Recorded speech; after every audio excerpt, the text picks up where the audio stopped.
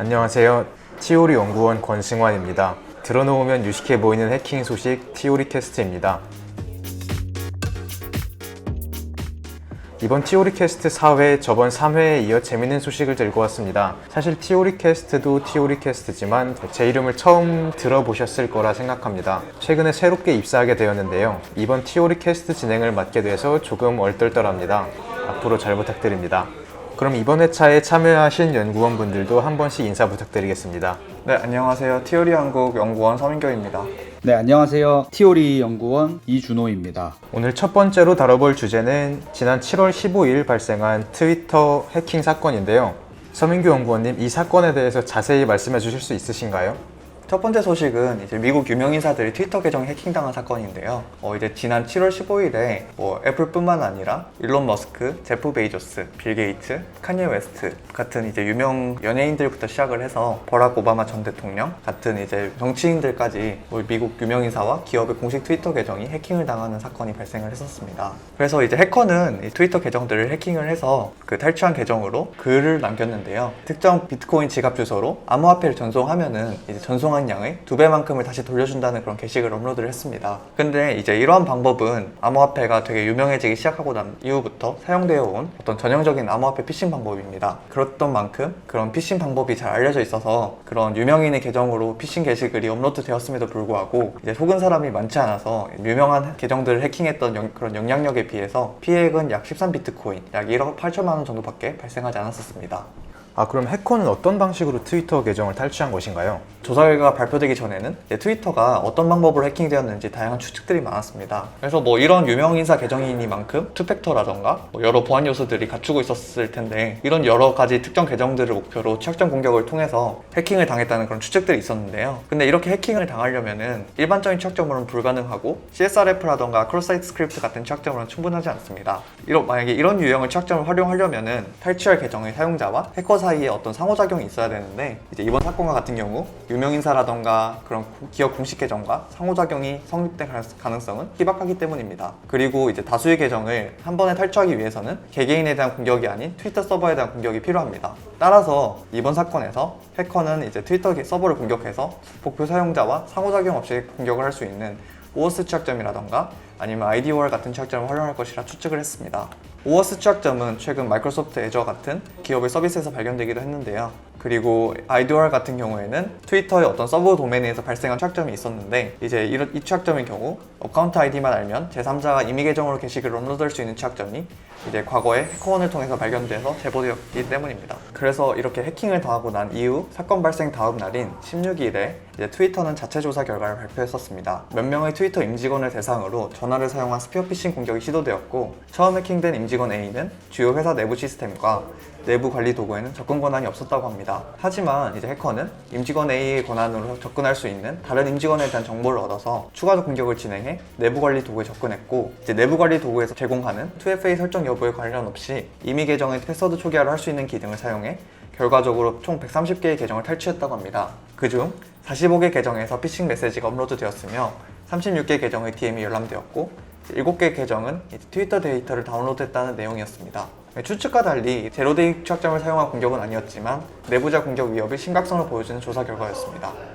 이런 유명인사들의 트위터 계정을 해킹할 경우 할 수 있는 공격이 굉장히 다양했을 것 같은데, 이제 이걸 통해서 얻은 수익이 사실 물론 1억이 작은 돈은 아니지만 1억 8천만 원 정도에 그치지 않았습니다. 왜 해커는 이렇게 해킹으로 얻은 영향력을 제대로 활용하지 않았을까요? 네, 저도 굉장히 궁금했던 부분이고, 이번 사건에서 인지도 있는 유명 정치인과 연예인의 계정을 탈취한 해커가 행사할 수 있었던 영향력은 무궁무진했습니다. 하지만 이제 해커는 이런 행사할 수 있었던 영향력을 범죄 수익 최대화하는 데 사용하지 않았으며 의심하기 쉬운 피싱 방법을 사용을 했습니다. 그래서 이제 해커가 이제 영향력을 사용하지 않은 것인지 아니면은 알지 못하는 제약 때문에 못한 것인지에 대한 그런 의문이 든 해킹 커뮤니티에서는 해커가 택할 수 있었던 방법에 대해서 여러 가지 재미있는 아이디어를 제시를 하였는데요. 이제 민규님이 말씀하신 것처럼 주가 조작 같은 거를 한번 시도해 볼 수 있지 않았을까요? 네, 그런 주가 조작도 충분히 가능할 수 있습니다. 예를 들어서 이제 만약에 일론 머스크의 계정으로 이제 과거에 일론 머스크가 트윗했던 사례가 있는 것처럼, 지금 테슬라가 한 $1,400 정도 되는데 주당 $2,000의 테슬라를 프라이빗으로 전환을 하겠다라는 내용을 포스트하면은 이제 사람들이 믿게 되고 해킹이라고 밝혀지기 전까지 주가가 상승할 것입니다. 있습니다. 뭐 혹은 이제 해킹 사실을 공개하고 트위터 주식이 그럼 하락을 할 테니까 그 트위터 주식을 공매도 하는 등 해커는 다양하게 이제 상황을 조작하면서 주식 매매를 통해서 큰 수익을 기대할 수 있을 것입니다. 근데 이제 이런 주식 거래는 익명으로 참여가 어려우니만큼 SEC라는 이제 미국 증권거래위원회의 모니터링에서 이런 이상 거래로 잡힐 가능성도 있습니다. 근데 그렇다면 주식 말고도 암호화폐를 한번 생각해 볼 수 있을 것 같은데, 예를 들어서 이제 주식 같은 경우에는 익명으로 시장에 참여하기 어렵지만 암호화폐 같은 경우에는 익명성이 좀 보장되기 때문에, 예를 들어서 어떤 기업에서 암호화폐를 공식으로 채택하겠다 라는 발언을 하거나, 또는 뭐 트럼프 같은 정치인의 계정으로 암호화폐에 지금 미국에 걸려있는 규제를 해제하거나 강화한다 라는 식으로 이제 허위 트윗을 올리게 되면 그것을 이용해서 암호화폐에서 이득을 충분히 취할 수 있을 것 같거든요. 특히 이제 암호화폐 같은 경우에는 전 세계에 이제 흩뿌려져 있기 때문에 이상 거래를 적발하기 위해서 모든 거래소를 조사해야 되므로 추적이 어려웠을 것 같습니다. 네, 그러면 뭐 승환님이 아이디어 제공해 주신 대로 뭐 암호화폐도 충분히 대안이 될 수 있을 것 같아요. 그러면은 뭐 주가 조작 말고도 뭐 혹시 다른 아이디어가 있을까요? 그 앞에서 말씀을 해주셨다시피 이제 해킹당한 계정들을 보니까 좀 다들 사회적으로 파급력이 큰 사람들인 것 같은데, 그 해킹을 통해서 얻은 정보를 가지고 그 사람들 협박을 하거나 아니면은 뭐 제3자한테 그 정보를 판매하는 뭐 이런 행위도 좀 가능했지 않을까요?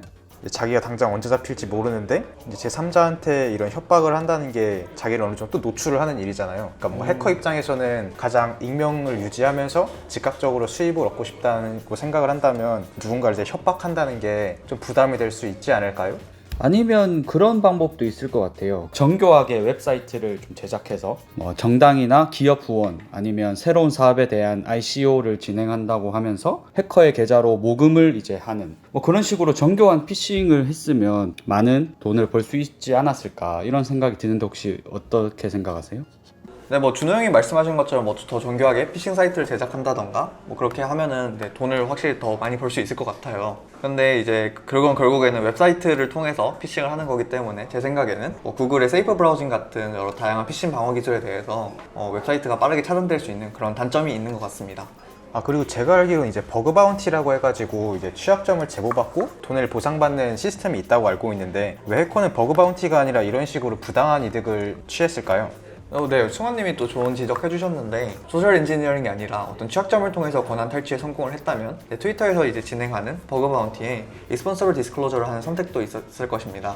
근데 이게 범죄 수익보다는 살짝 부족하다고 생각할 수 있지만은 최대 이제 $20,000까지 받을 수 있습니다. 근데 이제 상대적으로 범죄 수익에 비하면 많이 부족한 형국이죠.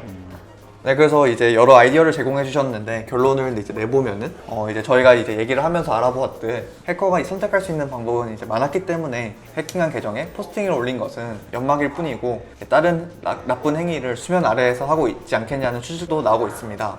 정리해보면 트위터의 경우 해커원 버그 바운티 프로그램을 운영하면서 취약점에 대해서 대응을 하고 있었지만, 소셜 엔지니어링을 통한 내부자 공격으로 최초 해킹된 임직원으로부터 다른 임직원의 접근 권한으로 피봇하는 데 성공해서 이제 내부 시스템과 관리 도구에 해커가 접근할 수 있어서 발생한 사건이었습니다.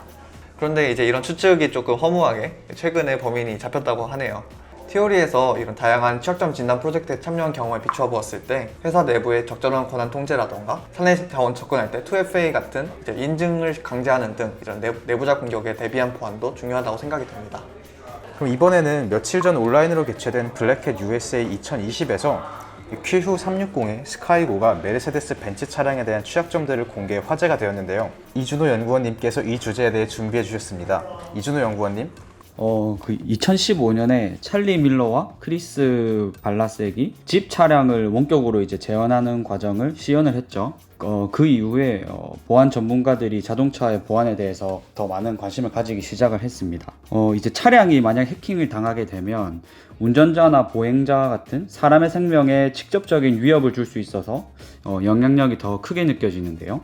앞서 권승환 연구원님이 말씀하셨던 것처럼 며칠 전에 온라인으로 개최된 블랙햇 USA 2020에서 키후 360의 스카이고가 메르세데스 벤츠 차량에 대한 취약점들을 공개를 해서 화제가 됐습니다. 해커들이 벤츠 차량 해킹을 왜 시도했을까요? 우선은 그 해당 연구를 진행한 스카이고라는 팀은 커넥티드 카에 대한 보안 연구를 하기 위해서 2014년에 설립된 팀입니다. 이 팀 같은 경우에는 자동차 제조사와 협업을 하면서 차량을 실제로 해킹을 하고 발견한 취약점들을 바탕으로 차량의 보안성 향상을 목표로 하는 팀인데요.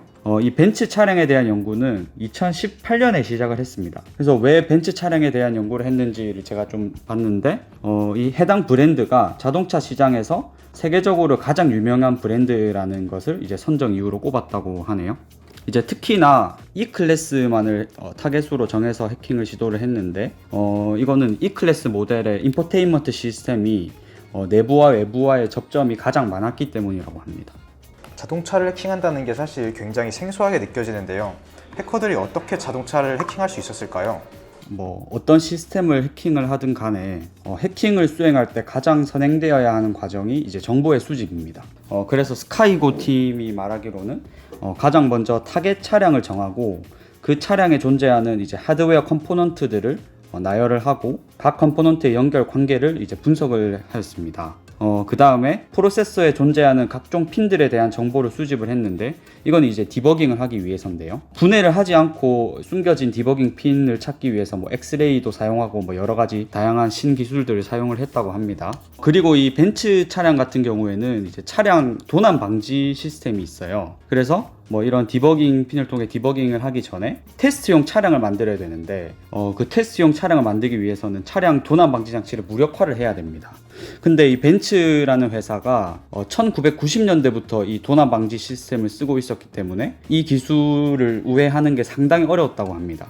이거를 우회하기 위해서는 이제 이 차량 도난 방지 시스템이 저장되어 있는 SD 카드에 접근을 해야 했는데 이 SD 카드에 대한 접근이 또 차단이 되어 있어서 그 파일 시스템 드라이버를 리버싱을 해서 SD 카드로의 접근 차단을 우회를 해 파일 시스템에 저장되어 있는 도난 방지 설정을 수정을 해서 우회했다고 합니다. 그 다음에 이제 테스트 환경을 바탕으로 차에서 발생할 수 있는 여러 가지 공격 분석을 한 결과 외부 네트워크와 내부 네트워크 간의 통신을 담당하는 TCU가 가장 취약하다고 판단이 되어서 이것을 이제 집중적으로 분석을 했다고 합니다.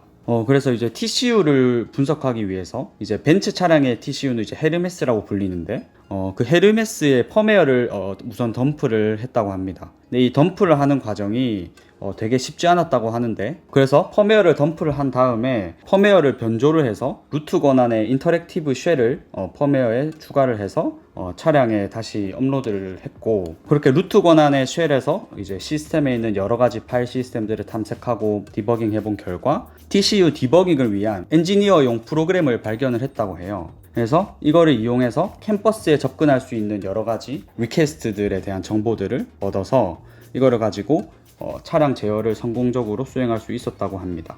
그래서 스카이고 팀이 말하기로는 이러한 하드웨어적 결함 이외에도 취약한 인증서 키 아니면 로컬 파일 탈취 등 19개의 취약점을 발견 및 제보를 하였습니다.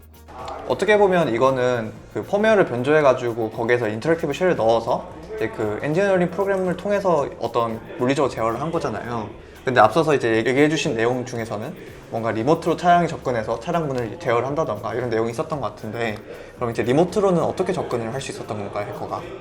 우선은 분석을 하는 와중에 외부에서 이 헤르메스라는 TCU 칩셋에 보내는 HTTPS 리퀘스트 그 경로를 추출할 수가 있었다고 합니다. 근데 그 중에서 보면은 차량 문을 여닫거나 엔진 시동을 켜고 끄거나 그런 리퀘스트들을 발견을 했고 근데 이제 그 HTTPS 통신을 하기 위해서는 또 이제 인증서 파일이 필요했는데 인증서의 비밀번호가 프로그램에 하드 코딩이 돼 있었다고 해요. 그래서 예를 들어서 한 차량에 있는 그 인증서 비밀번호를 알면 다른 차량도 이제 공격을 할 수 있는 그런 느낌인 거죠. 그렇게 해서 이제 인증서를 이용해서 그 차량에 HTTPS를 보내서 원격으로 이렇게 차량 문을 여닫는 그런 행위를 할 수 있었다고 합니다.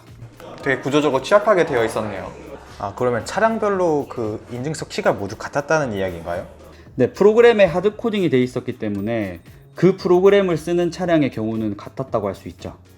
자동차라는 게 되게 널리 사용되는 이동수단이어가지고 취약점의 파급력이 굉장할 것 같은데 실제 공격의 영향력은 어느 정도인가요?